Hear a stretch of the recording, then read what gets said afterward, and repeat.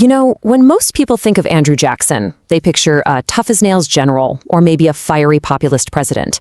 But what if I told you his biggest, most impactful battle wasn't on a battlefield at all? It was a war on money itself. A war that didn't just change America, it sent shockwaves across the entire planet. And Jackson, well, he did not pull his punches. He looked at the nation's central bank and didn't see a pillar of the economy. He saw a corrupting monster. And for him, this wasn't just some dry policy debate. Oh no, this was personal. It was a crusade, and he was dead set on destroying his enemy. So that brings us to the big question, right? How did this incredibly personal fight between one man and one bank escalate so dramatically? How did it spiral into a crisis that crashed markets from New York all the way to London and left behind a legacy that, believe it or not, we're still fighting over today? To really get this story, you first have to understand the two heavyweights in the ring. On one side, you have this revolutionary president, a guy absolutely beloved by the common people, and on the other, a massively powerful private financial institution that basically held the nation's entire wealth in its hands. So in one corner, you've got Andrew Jackson, the hero of the common man, who storms into Washington promising to tear down the corrupt establishment, and his number one target? The Second Bank of the United States. Now, this wasn't a government agency, it was a private corporation that held all the federal government's cash and controlled the country's credit. To Jackson, this was the absolute definition of a moneyed elite. Jackson's case against the bank was pretty straightforward, and he argued it was just fundamentally un-American.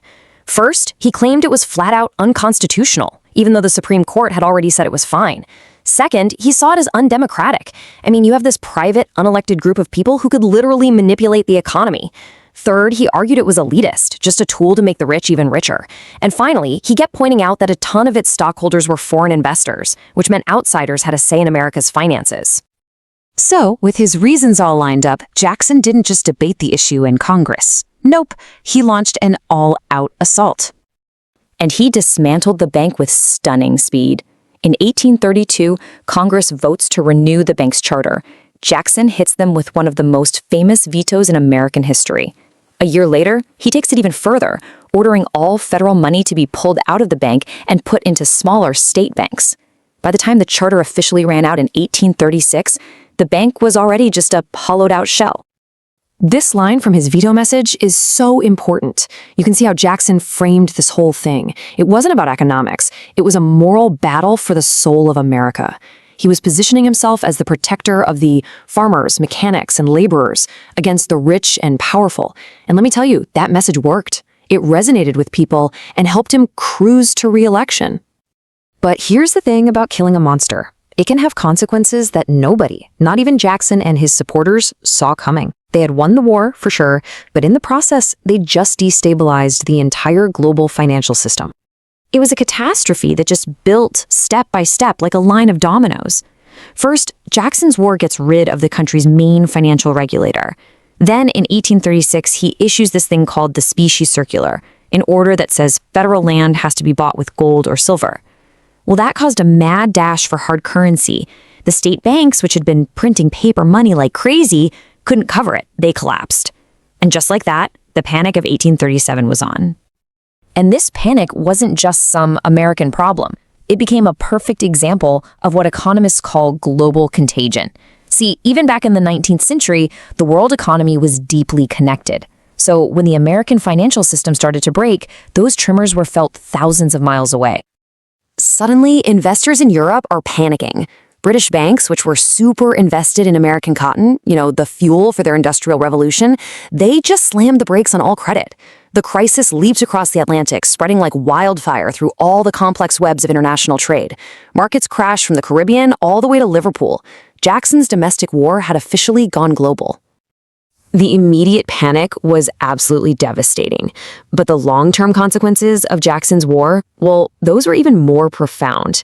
He had basically ripped out the heart of the American economy and left a giant void right in the middle.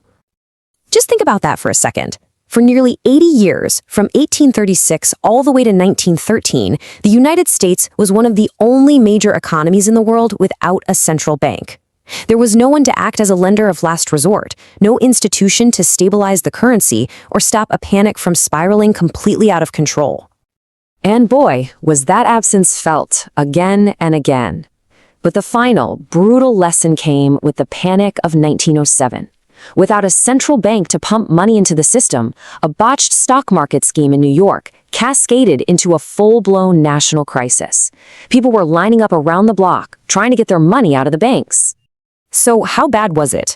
During the Panic of 1907, the New York Stock Exchange fell almost 50% from its peak.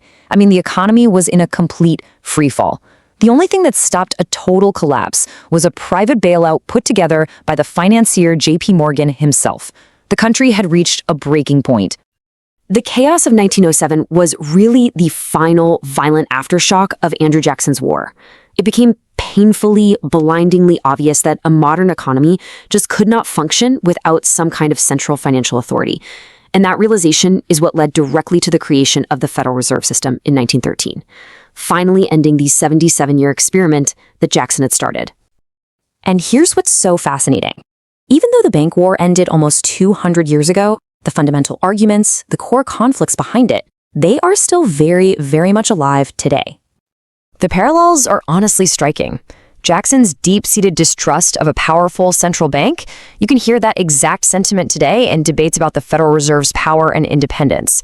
His belief in hard money, physical gold and silver, well, that finds a new life in the arguments for cryptocurrencies over government-backed fiat currency. And his whole populist crusade against the moneyed elites, that's basically the blueprint for the financial populism we see all over the world today. So, in the end, the bank war wasn't just about some 19th century bank. It was about a huge, fundamental question that still defines our economies. Who should control the money? Elected, populist leaders who answer to the people, or independent financial experts who answer to the numbers? Andrew Jackson won his battle, but the war he started over that question, it's still being fought right now.